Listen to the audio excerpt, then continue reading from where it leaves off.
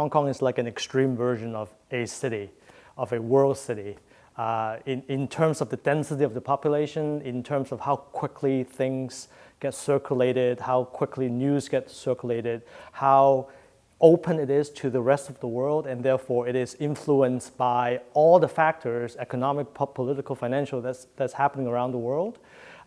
So in many ways, Hong Kong is kind of like the canary in the coal mine. Things happen to it first, and then the rest of the world can observe and learn from it.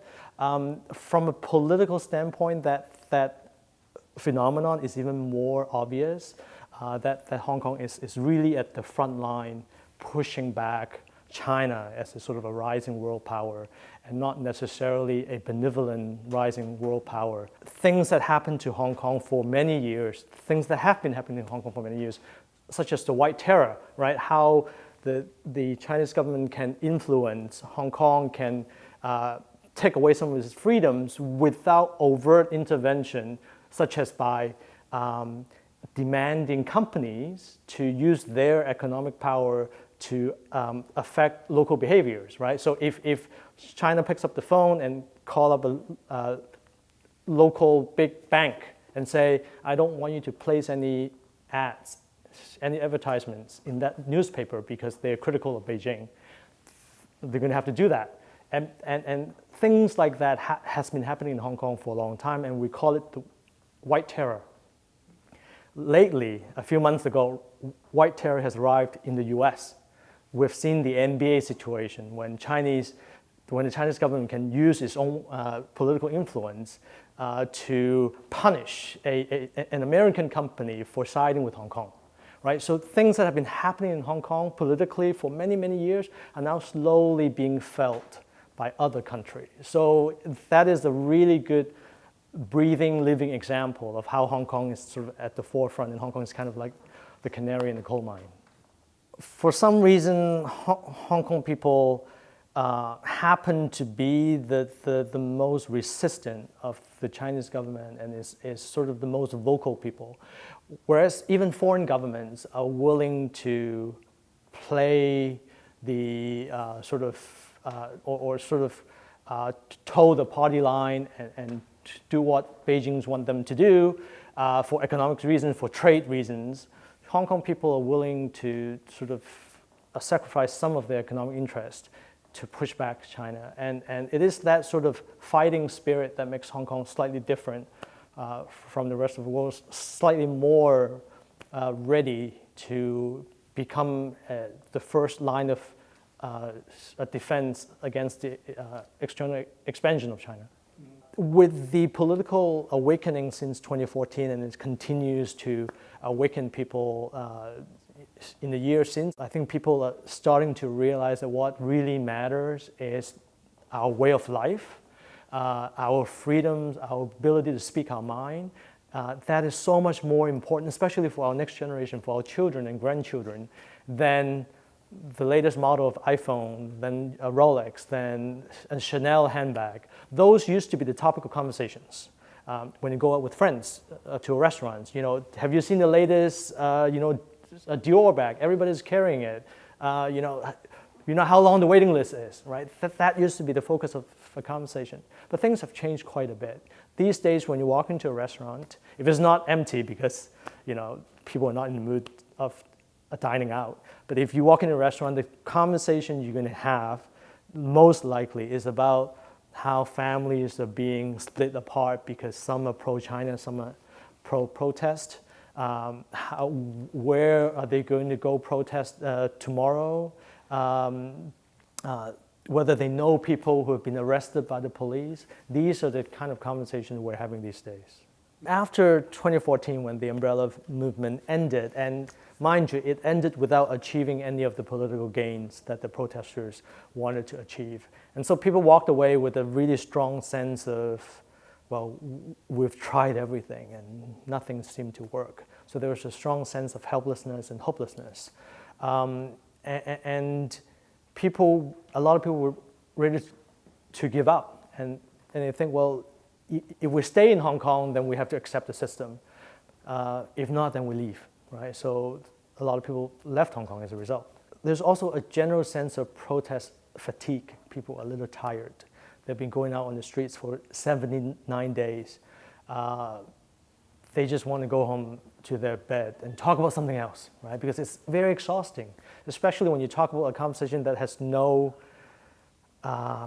future. So we went through 4 or 5 years of that period of sort of checking out.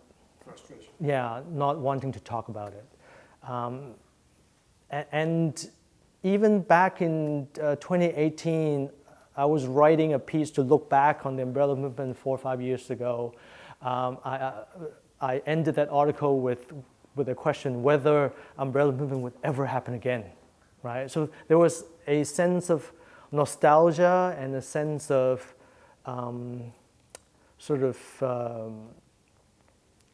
depression almost, that this will never happen again. But then a few months later, boom, right? The extradition bill. Nobody thought it was going to have the kind of impact on society, but it did. And so for everybody who ever doubted, ever questioned whether Hong Kong people are too tired to fight anymore, they have been proven wrong permanently. I unequivocally, not support the use of violence, because I think there are other more creative ways for us to keep the international attention on Hong Kong without resorting to violence. The trouble with using violence to to keep Hong Kong in the headlines is that you will only need to escalate, to continue to escalate, because the press, once they have seen enough people throw petrol bombs, they would think, okay, we have reported on that, move on to other stories. So you have to think of other more radical means, right? And so violence will only lead to more escalated violence, and that's not the path I want to go down.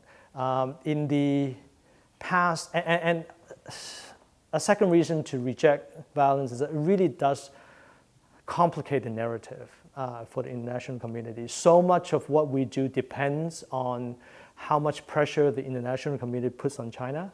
And if we lose the moral authority, if we lose the support of the international community, we will lose the fight. So, and I really don't want that to happen. What we want to protect is not so much our economic interest or anti-immigration. It's really not that, but our way of life, our freedoms. One of the things that really define Hong Kong, what we call our core values, is our free expression, our ability to speak our mind without the consequences. That's one of the big things that makes. That's one of the things that make Hong Kong a beautiful, beautiful place.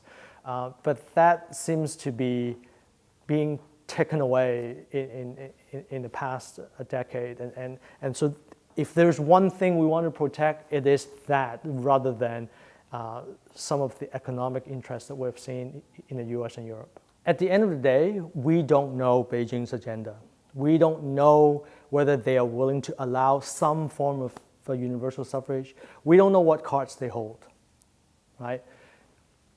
If we assume that it's impossible, so let's not even try. That's exactly what they want to do. They want to create a climate in which you think that is impossible. Don't even bother fighting. So stay home, stay in the office, do your work, pay your mortgage, be good citizens. That's what they want us to do, right? What our job as civil society is to push the envelope as much as we can, right? We want to push the boundary, to test their limits, right? That's the only way for us to find out what their hand is, right? And so even if it looks impossible, number one, it could be just the impression they want us to have, right? In which case we cannot let them win in that game. Number two, even if it's impossible, politics is not about calculating costs and benefits, what is possible, what is not possible. Most political movements in the world in history are done by people who are in the most hopeless situation, but because they have nothing to lose, they decide to come out and voice their demands, and that's how changes are made. So we will continue to operate under that philosophy. The only reason why we push back is because they tighten the grip right? The moment they let go, they will realize people will start quieting down, people will start getting on with life. Nobody wants to fight. Nobody wants to be out on the streets. It's human nature. Everybody wants to get along, right? But it is only when your very existence is being threatened, then you're being forced to go out to the streets and do whatever it takes to protect yourself, your family, and your future generations. So the solution cannot be simpler. So I hope whoever is up there making decisions about Hong Kong, they listen to this.